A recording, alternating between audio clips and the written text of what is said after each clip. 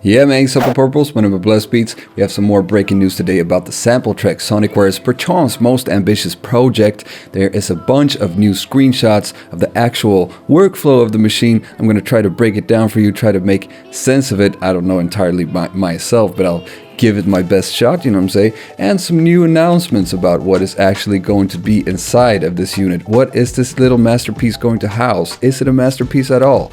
Question marks are arousing. Let's look at it. You will first be meted by this home screen, as it is called. You will be performing all your main operations from this screen right here. This is your main menu, your overview, sort of like Ableton, the ideas view in Ableton. You can compare it with that, or the ideas view in Maschine for that matter. What you see right here, 1, 2, 3, 4, 5, those are all different scenes containing different types of tracks. We have 10 different tracks that you can assign to be whatever you want out of 5 different types of tracks. That's the loop tracks, the shot tracks, instrument tracks, drum tracks, or MIDI tracks. We're going to go through each one of those and show you the screens from those as well right after this. Each one of these 10 tracks can be assigned to a different type of track. Loop track, shot track, instrument track, drum track, MIDI track. Feel me? Then we also have 3 global tracks. Let me give you a better visual overview of this of the idea. For example, it could be looking something like this. Tracks 1 through 3, you have loop tracks. 4 and 5, shots tracks. 6 and 7, instrument tracks. Track 8, drum track. 9 and 10, MIDI track. While the 3 global audio tracks can be spliced, you have 3 virtual tracks on each of these 3 global tracks, where you can actually record and splice and pick the best parts of those 3 virtual tracks. It is a lot to cover here, so bear with me. How would you first go about to make one of these tracks? You would sample something into the unit or load a sample into it. Let's have a look-see at that screen. This right here is the sampling screen. This is what it looks like when you're sampling into the unit. And from here, you can also reach the input settings. The input settings cover everything from paddings of different types of microphones, dynamic microphones, guitar, what have you, that basically have different output levels. So the makeup gain pretty much is what you're picking and choosing there. You can also choose to record from the internal microphone or through USB audio. This right here screen is the same one that you'll be accessing the sample edit screen from. And the edit screen, it looks different depending on which type of track it is. Let's have a look here at a loop track being edited, editing the start and end points of this loop track. Check them out.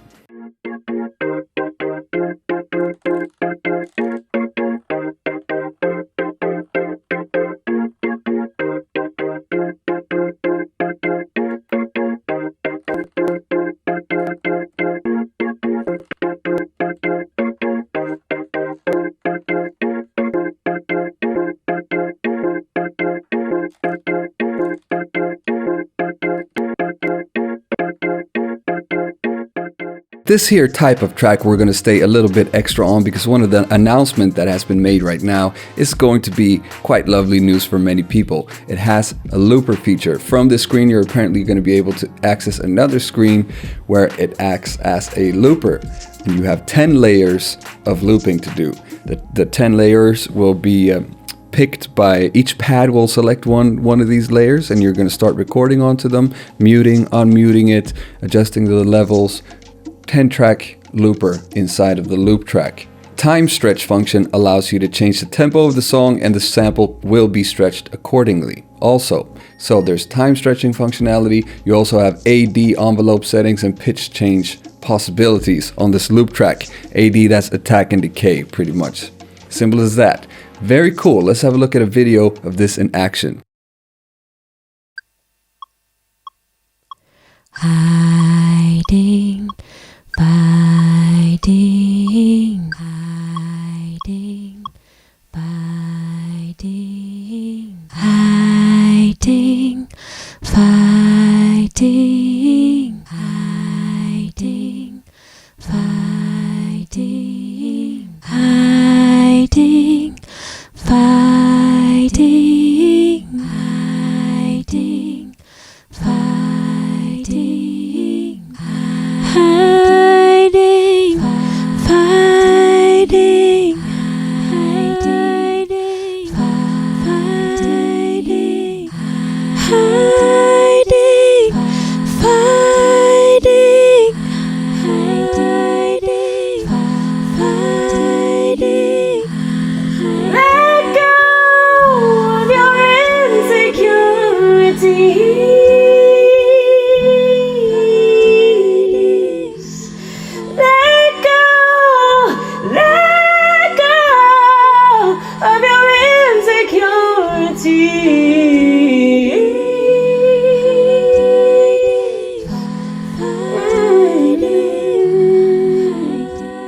Hair?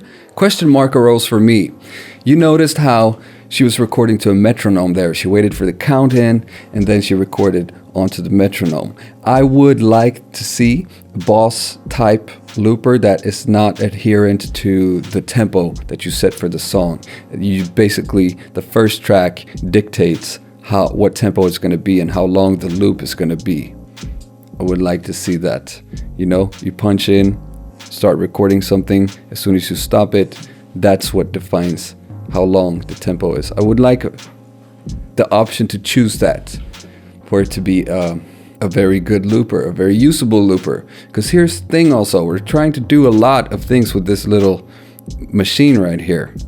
The danger that I see is that it's trying to be too much and not specialized in anything. So I'm hoping that it will do all of these things well enough for people to be horny on it.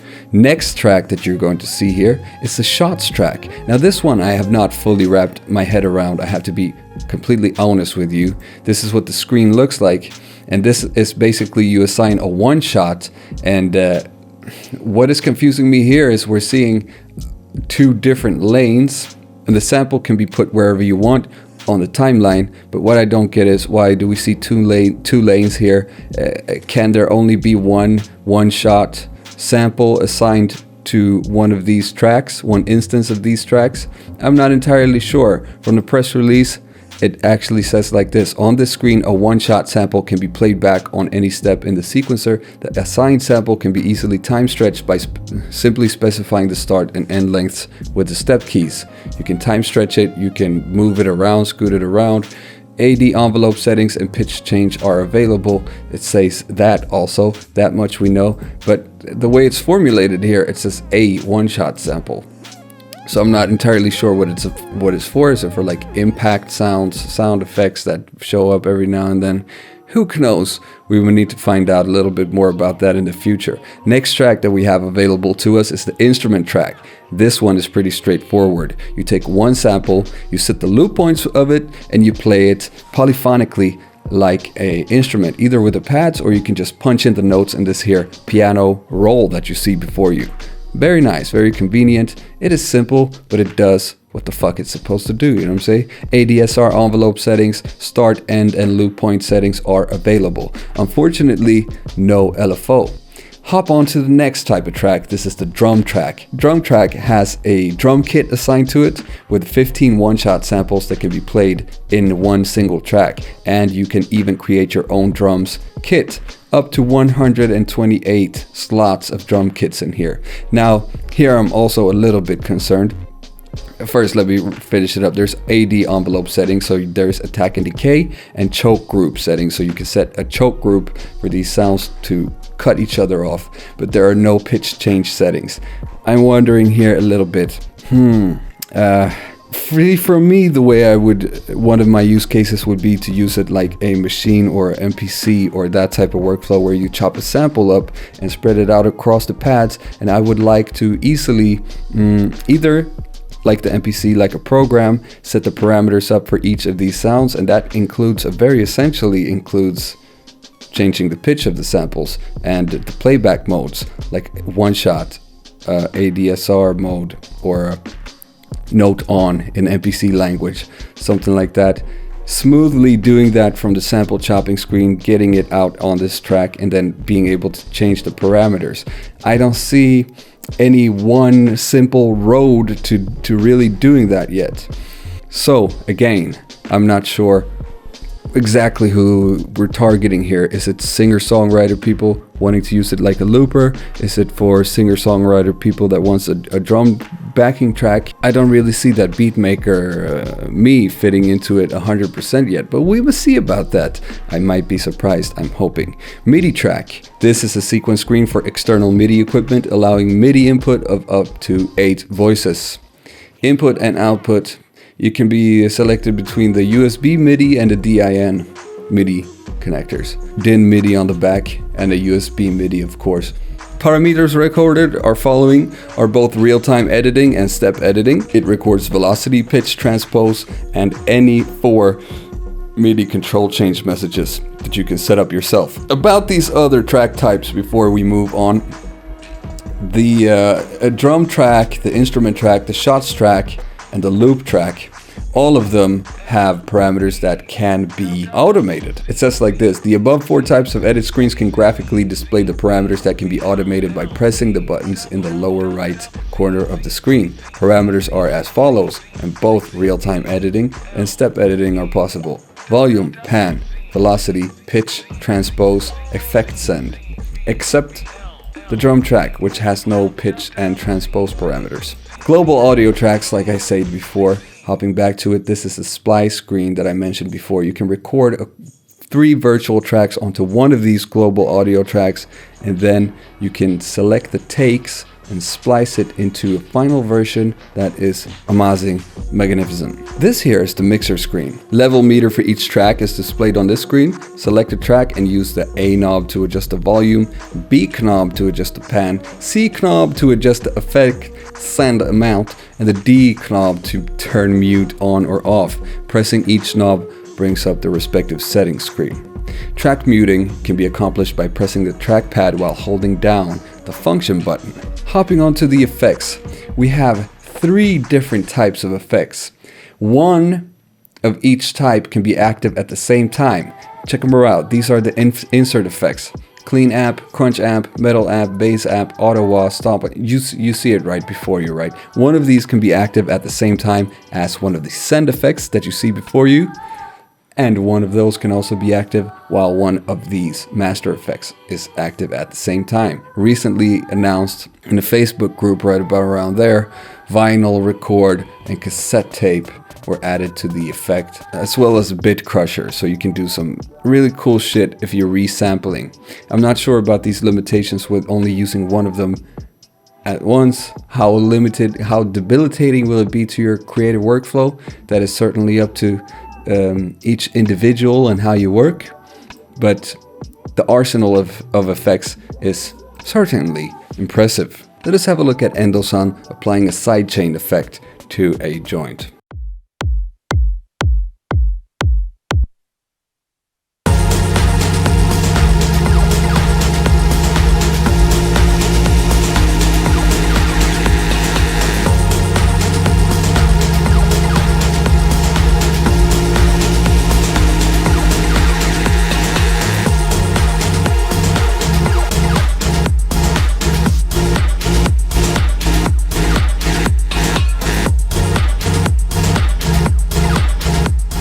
And here he is again in the car, jamming out to a track, pushing the pads live. I guess I drank from the fountain of youth, I'm living proof. If you do what you love, then you love what you do. I used to run around in a crew, a little big-headed youth, too big for his boots, now I'm aloof. Unless we talk about rap, my face like soap. I make my own little tunes, forget following trends. I love talking about tracks, watch the place brighten up, making beats in my own little world. Zoom the lens, take a snapshot, I'm indestructible like a black box. Hats off, but I got too many angles to match box. Orthodox or unorthodox, whether you're gymming a mouth south or don't talk a lot. They wanna pin me down or calculate my frequency. I'm 20,000 miles of sea, your algebra's easy. You probably think I'm speaking gibberish, but I'm light out, Jabba the scientist to you lyricists.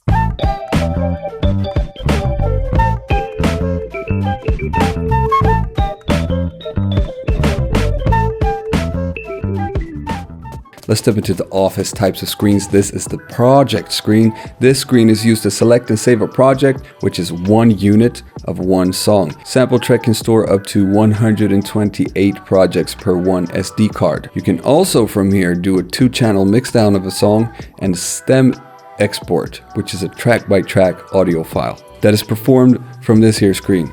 There's also a system menu where you can edit the SmplTrek's basic features such as speaker on and off, metronome, and pre-count settings, etc.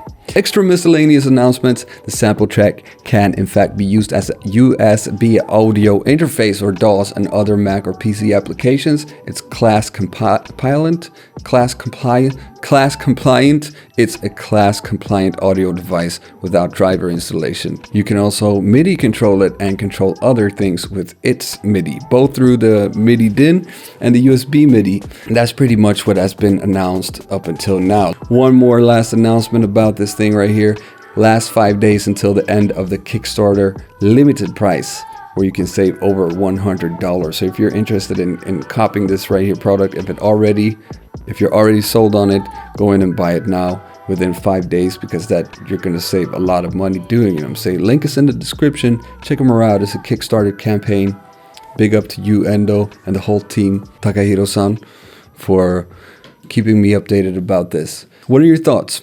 Some question marks arising from you yourself? Let me know in the comments what you're thinking about right here. I'm very interested in, number one, the looper and its functionality. Number two, how are we going to handle sampling, chopping records, and sequencing them in a Beatmaker type of way? Otherwise, very excited about this. It seems like a portable little mini DAW for your grip. Shout out to all of my Patreons. Join us in the Discord for the weekly beat challenge. Okay, bye-bye.